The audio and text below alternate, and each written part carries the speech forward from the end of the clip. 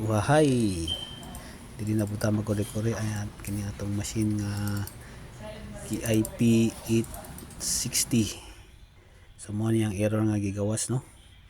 So nakita nimo nga na sa atubangan ay gidikit pero dili ra skilled niya abrihon dia.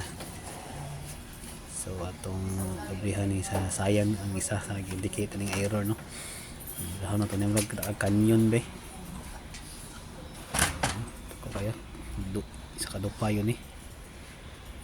So taga color na yung ana, no. So na ang problema niya niyo kini akong idulit kini may isa ka string ani kini kita nimo. So mag hairline sa kanipisa, so maputol ni siya guys, no. So problema niya is ang sa color siya naputol maoy mag color nga same ani nga sayan.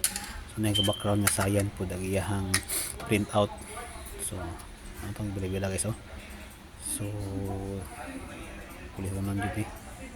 So matik na guys, charge corona assembly dahil natin ipuli ani.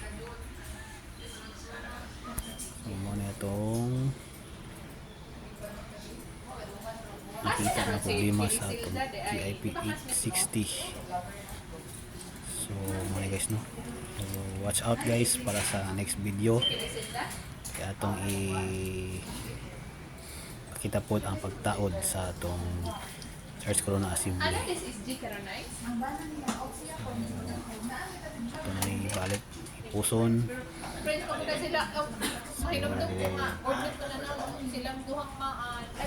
See you guys, I'm out.